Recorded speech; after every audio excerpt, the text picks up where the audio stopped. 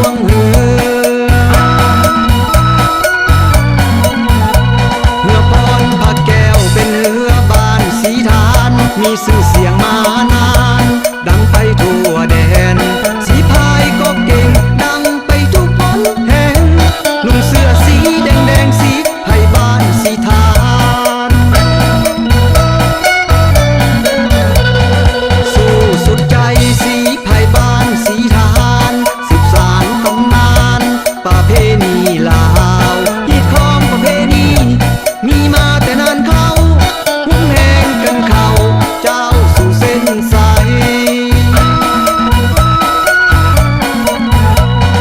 บุญทรงเหือท่าวัดจันทร์ปีนี้ขอให้โชคดีสีไทยบ้านสีฐานหุ้มแหงห่วงใจก้าวเข้าสู่สนามยักแยงเอาคันที่หนึ่งกับบ้านเฮา